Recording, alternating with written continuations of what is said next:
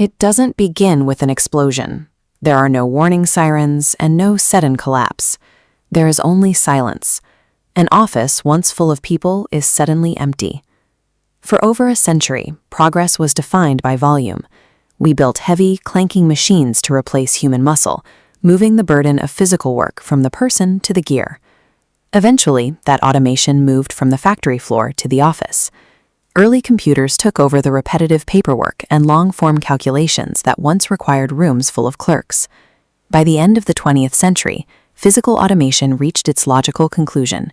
Human hands were removed from the center of manufacturing, replaced by robotic arms that never tire.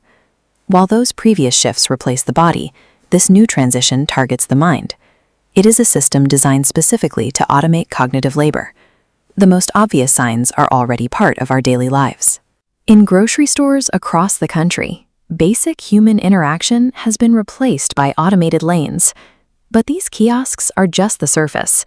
Behind closed doors, software is quietly managing complex tasks, drafting legal contracts and generating creative content in seconds. For millions of workers, the debate is over. The focus has moved from whether these roles will change to exactly how soon they will be absorbed by software. When a career is handed over to an algorithm, the impact is personal. It affects a person's sense of identity and the stability they've spent years building. Skilled workers are finding that decades of specialized training can lose its market value overnight. It is a moment of profound vulnerability for the modern professional. From a corporate perspective, the logic is mathematical.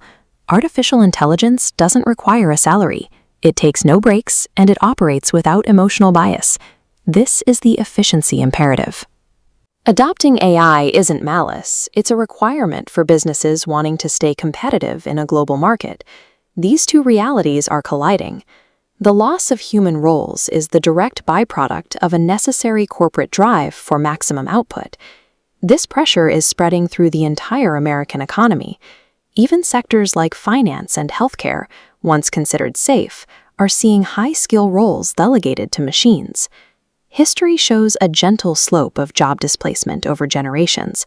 Today, we see an aggressive vertical climb in AI replacing human roles. This creates a divergence.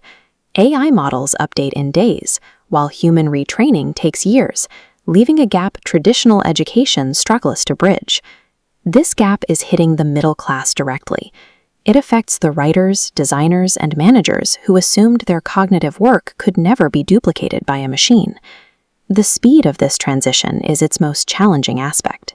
Millions of workers risk being stranded as the market moves faster than they can adapt.